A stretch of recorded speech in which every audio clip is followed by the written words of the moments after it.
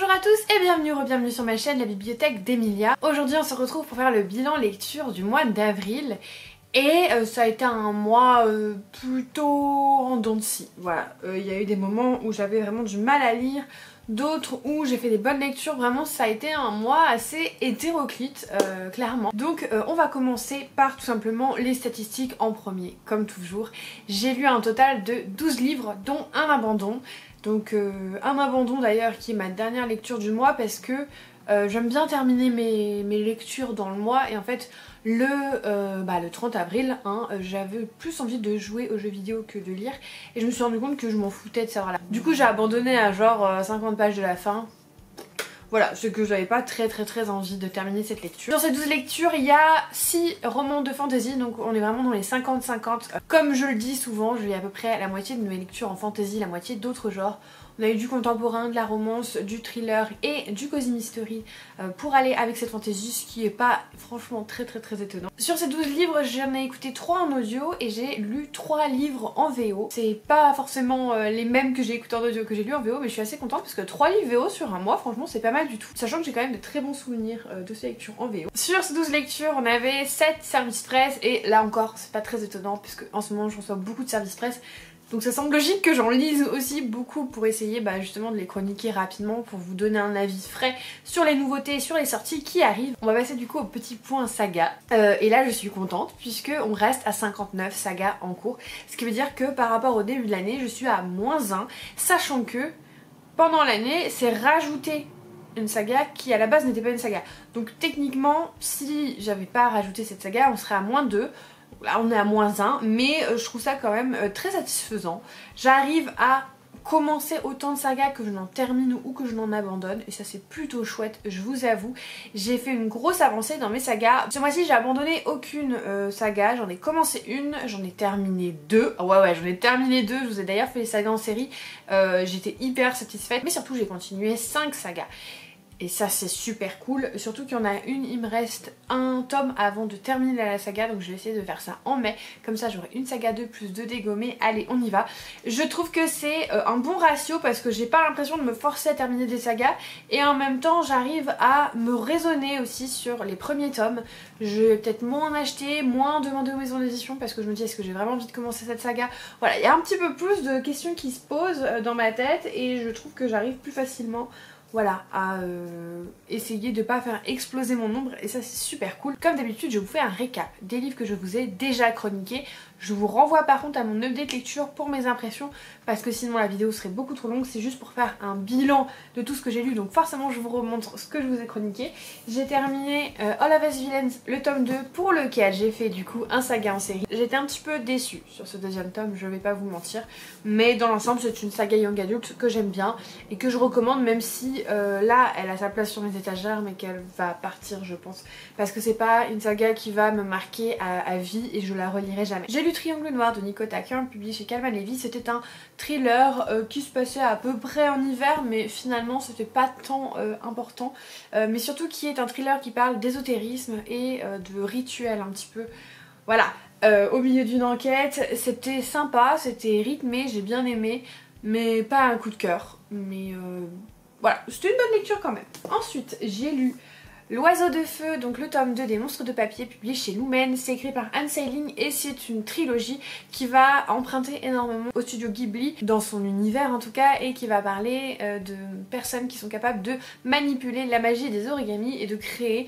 du coup des origamis qui prennent vie. Et c'est dans ce contexte qu'on va suivre notre personnage Kurera qui, elle, va avoir une certaine destinée, voilà. Le premier tome était plutôt jeunesse, mais je trouve que celui-ci est beaucoup plus mature. Donc si jamais ça vous avait un petit peu dérangé dans le tome 1, continuez cette saga parce qu'elle est vraiment chouette, je vous la conseille. Là où ça a été un petit flop, c'est le préquel de Keleana, donc de Sarah J. Maas, parce que j'ai trouvé que ces nouvelles n'apportaient pas grand chose au stade où je les ai lues. Si je les avais lues un tome en avant, donc je pense entre le 4 et le 5, peut-être que j'aurais été un peu plus intriguée, un peu plus happée.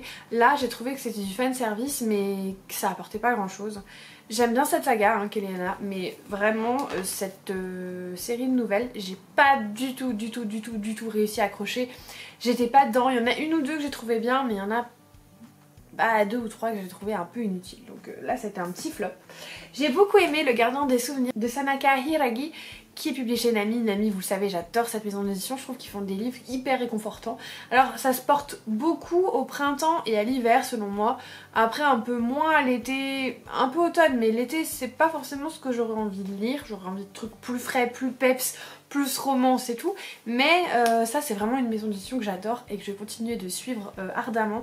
Celui-là m'a été gentiment envoyé par la maison d'édition alors que je suis pas partenaire, donc un grand merci, et vraiment c'était un beau petit roman, donc je vous envoie vers mon update lecture parce que vraiment c'était un beau roman. Et enfin j'ai terminé The Blood Traitor de Lynette Noni, le 3e et dernier tome de la saga The Prison Healer. Je vous ai fait aussi un saga en série qui dans le global a été un petit peu en dessous des deux autres à mon sens, mais cette saga je ne peux que vous la recommander, elle est vraiment trop chouette. Après ce rapide tour d'horizon, il est temps de vous parler des lectures dont je ne vous ai pas encore parlé sur ce mois. La première que j'attrape, c'est une lecture en fait que j'ai fait en début de mois mais j'ai complètement oublié de vous le mettre dans la lecture, c'est The Crimson Moth de Kristen Ciccarelli, qui a écrit notamment la saga Iskari que j'avais beaucoup aimé. Et donc on est sur une version Fairy Loot.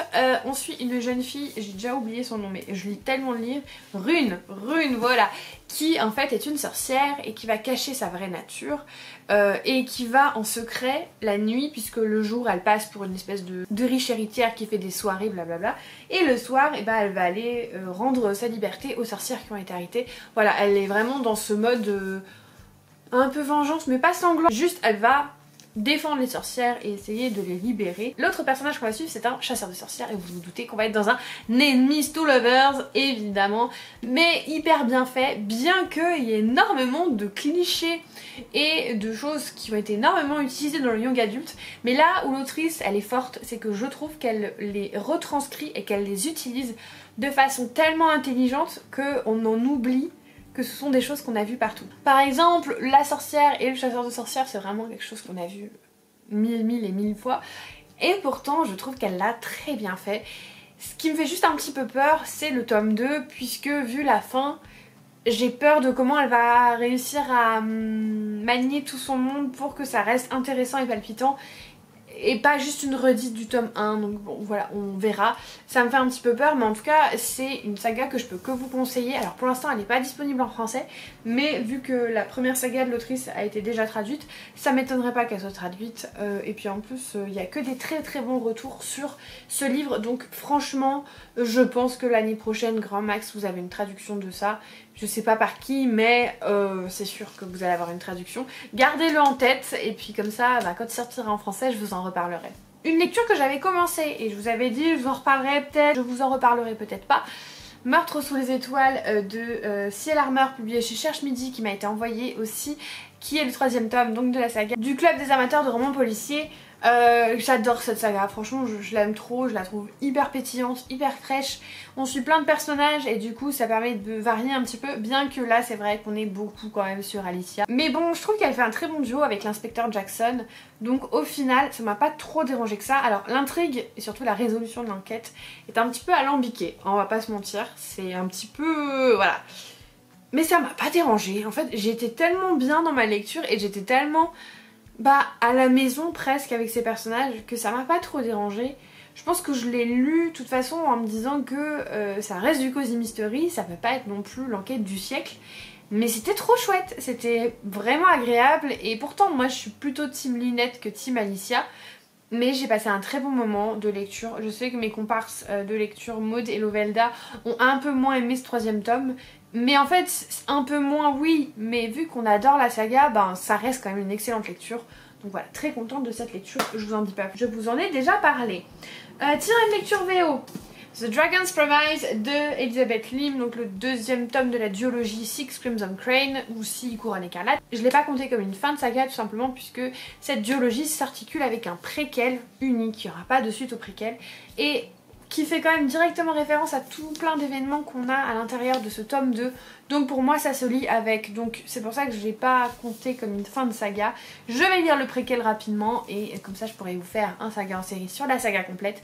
Je suis quasi sûre que l'année prochaine vous aurez une traduction du préquel, c'est sûr. Moi je l'ai pas encore lu mais je le lis en mai. En tout cas, c'était une très belle saga, très douce. Pour rappel, c'est l'histoire de Shiori qui est la fille de l'empereur, je crois. Sa belle-mère va lui jeter une malédiction ainsi qu'à ses frères, elle va les changer en grues et à chaque fois qu'elle parlera, qu'elle ouvrira la bouche, un de ses frères mourra. Bon, je vous rassure, hein, aucun n'est mort.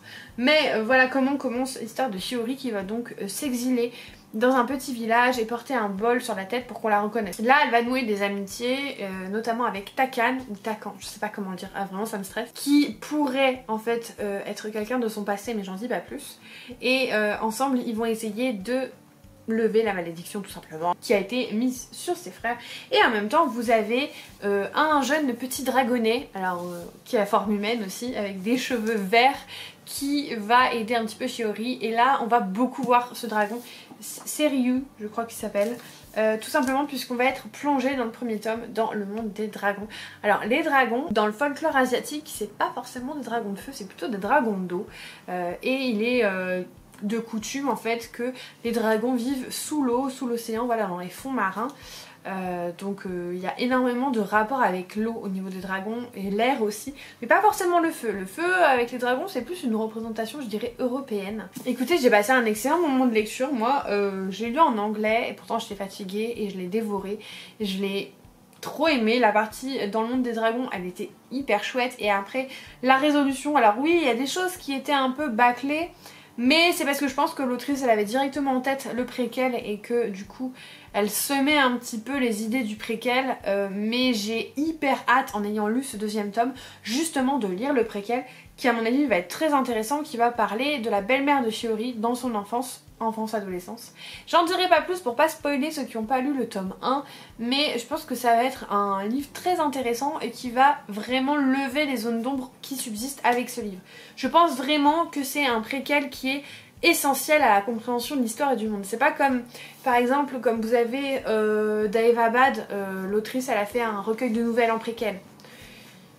C'était pas nécessaire. Là je pense que c'est vraiment une histoire qui se lie à trois tomes, mais vu qu'on retourne en arrière, on a une duologie et un préquel. Voilà, c'est une histoire en vrai, c'est une histoire de dénomination, mais pour moi c'est une trilogie. Voilà, vous avez compris.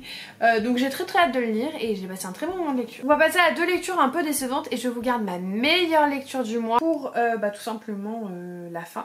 Du coup, je vais garder ma moins bonne lecture pour l'avant-dernier et on va passer à mon abandon. Alors, pourquoi mon abandon c'est pas la moins bonne lecture? Parce que c'était quand même ok, mais juste j'avais pas l'intérêt de le finir et vous allez comprendre. Check and Mate d'Ali Hazelwood, publié chez Gallimard. Pourtant j'adore Ali Hazelwood, mais c'est du young adulte, de la romance young adulte. Et je vous l'avais dit plein de fois quand je l'ai reçu, quand je l'ai vu dans les sorties du mois. Je vous ai dit j'ai peur parce que c'est du young adulte et que je suis pas sûre d'aimer la romance young adulte. Et ce qui devait arriver arriva, j'ai pas pris mon pied avec cette lecture. J'ai pas autant apprécié que ces lectures adultes, bien qu'il n'y avait pas les côtés un peu cringe et dérangeants de certaines scènes olé olé, puisque là on est sur du young adulte, donc il n'y a pas de scène explicite. Et ça c'était bienvenu, hein, je vous avoue que c'est pas ce qui m'a dérangé. Ce qui m'a dérangé c'est les protagonistes et leur façon de parler.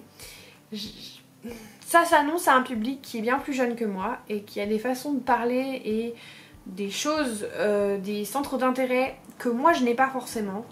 Et ça m'a pas... comment dire? J'ai trouvé ça un peu cringe. Je me suis pas reconnue dans la façon de parler, dans... voilà. Et c'est ça qui me pose problème avec quand c'est pas du fantastique.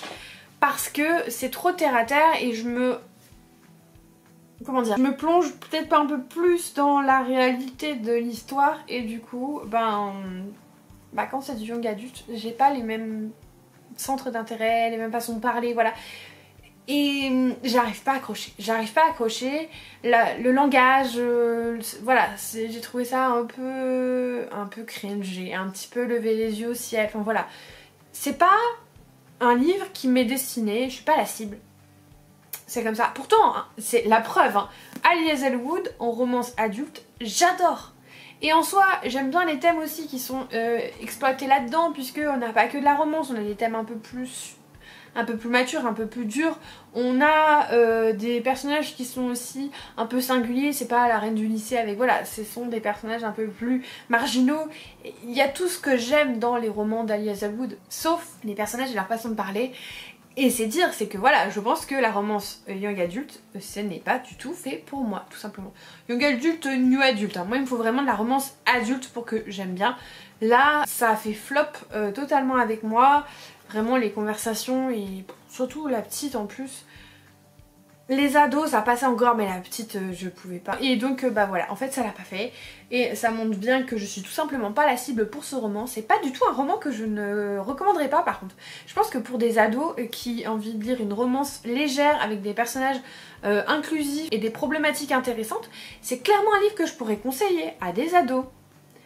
Mais moi j'aime pas la romance young adulte, je m'y retrouve pas, donc bah malheureusement ça ne l'a pas fait. C'est ça que du coup il me restait quelques pages, et en fait j'ai pas eu envie de le terminer parce que de toute façon je sais très bien comment ça va se terminer. Ils se réconcilient, ils s'aiment et puis c'est tout. Elle gagne le tournoi sûrement. Voilà, donc j'avais envie de jouer, je me suis dit oh, pas besoin de le finir, voilà en gros. Mais encore une fois c'est pas un mauvais livre, c'est juste je suis pas du tout la cible.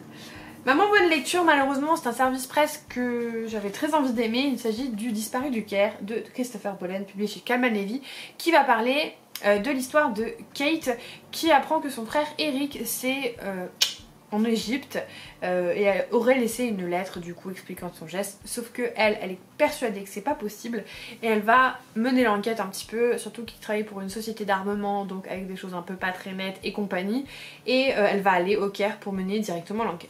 Je pensais qu'on allait être sur un truc un peu espionnage, un peu action et tout. Vraiment un film d'action, espionnage, type... vous savez alors le film, je me rappelle plus comment il s'appelle. L'américain ou je sais plus comment, avec Johnny Depp et Angelina Jolie. Et franchement en fait on n'était pas du tout là-dedans. On était vraiment dans plus des secrets politiques et encore... C'est beaucoup d'introspection de Kate et en fait j'ai pas retrouvé ce que j'avais envie de retrouver. C'est aussi une écriture qui est hyper dense, hyper compacte.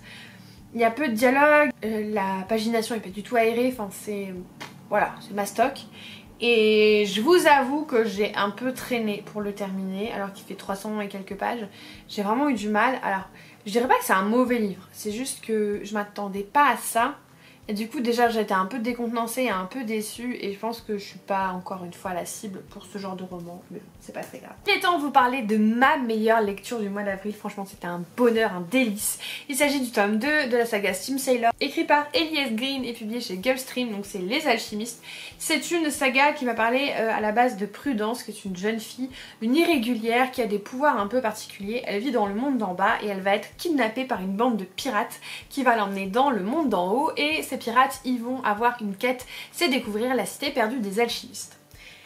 Vous avez dans le premier tome une ambiance qui est un petit peu retranscrite dans ce second tome, qui est très inspirée à la fois de la planète au trésor mais aussi des secrets de l'Atlantide. Et il y a énormément de références un petit peu à la pop culture que j'aime beaucoup. Dans ce deuxième tome, tout pareil, pour les fans de Star Wars, il y a une scène qui est directement référencée de la course de modules sur Tatooine et en tant que grande fan, j'étais trop contente de voir la référence et j'ai direct envoyé un message « Ah, ça m'a fait penser à ça !» Et l'autrice trop mignonne, elle m'a dit « Mais oui, mais c'était ça dont je m'ai inspirée !» Et j'étais là genre...